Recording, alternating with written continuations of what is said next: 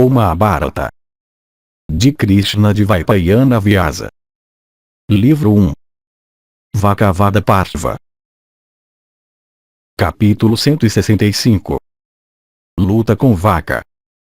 Após ouvir essas palavras de sua mãe, Yudhishthira disse: o que tu, ó mãe, fizeste deliberadamente, movida por compaixão pelo Brahmane aflito, de fato, excelente, e Bhima certamente voltará com vida depois de ter matado o canibal, visto que tu és, ó mãe, sempre compassiva para com os Brahmanes.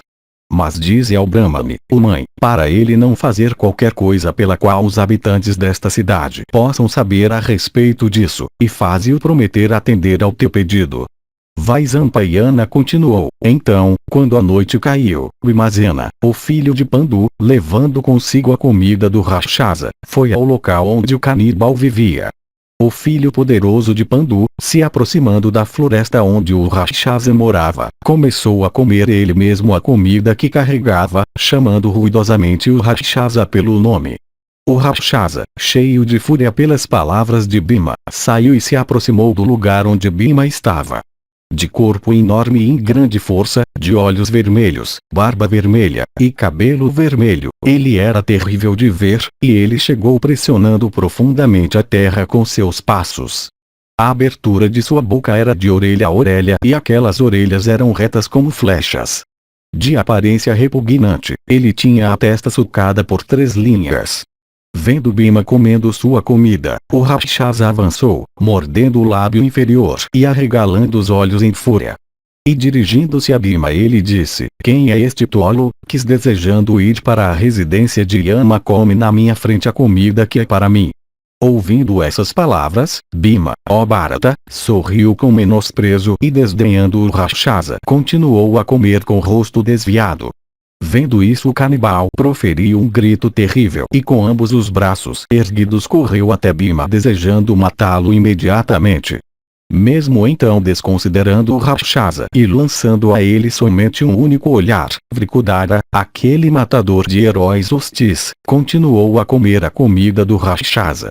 Cheio de cólera por isso, o Rakshasa desferiu por trás com ambos os braços um golpe pesado nas costas de Vrikudara, o filho de Kunti.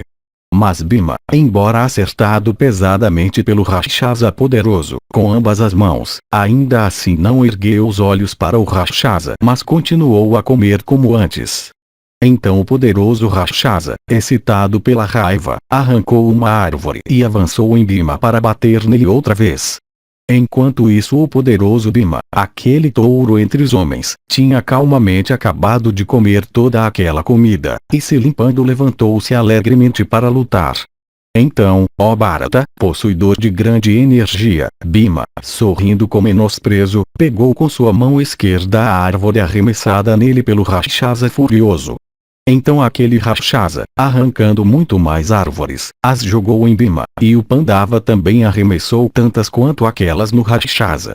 Então, ó rei, o combate com árvores entre aquele ser humano e o Rakshasa tornou-se tão terrível que a região em volta logo ficou desprovida de árvores. Então o Rakshasa, dizendo que ele era ninguém mais do que vaca, pulou sobre o Pandava e agarrou o poderoso Bhima com os braços. Aquele herói poderoso também apertou com seus próprios braços fortes o Rakshasa de braços fortes e, se esforçando ativamente, começou a arrastá-lo violentamente. Arrastado por Bhima e arrastando Bhima também, o canibal foi tomado por grande fadiga.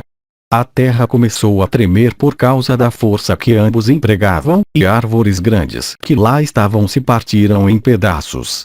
Então Bhima, vendo o canibal vencido pela fadiga, o pressionou no chão com os joelhos e começou a golpeá-lo com grande força.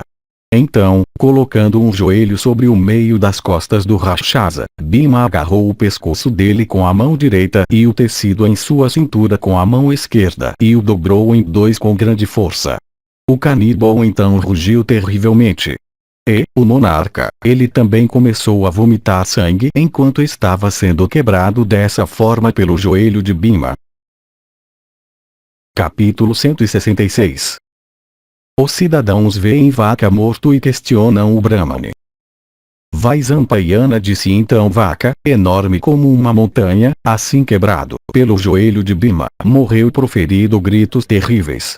Apavorados por aqueles sons, os parentes daquele Rakshasa saíram, ó rei, com seus servidores.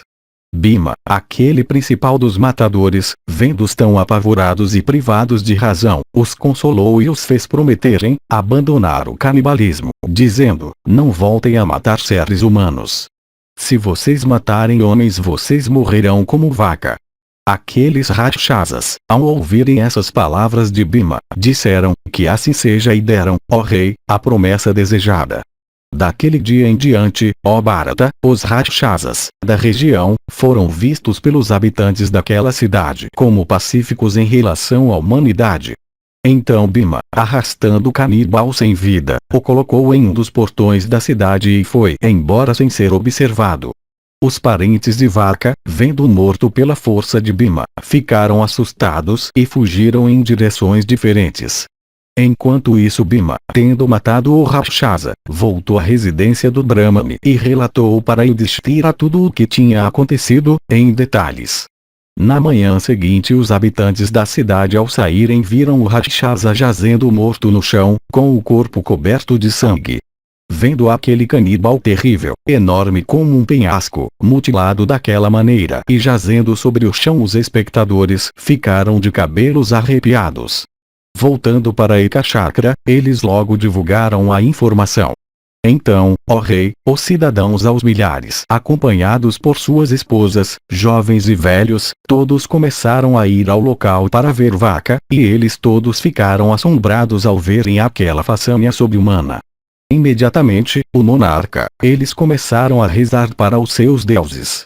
Então eles calcularam de quem era a vez no dia anterior de levar comida ao Rakshasa.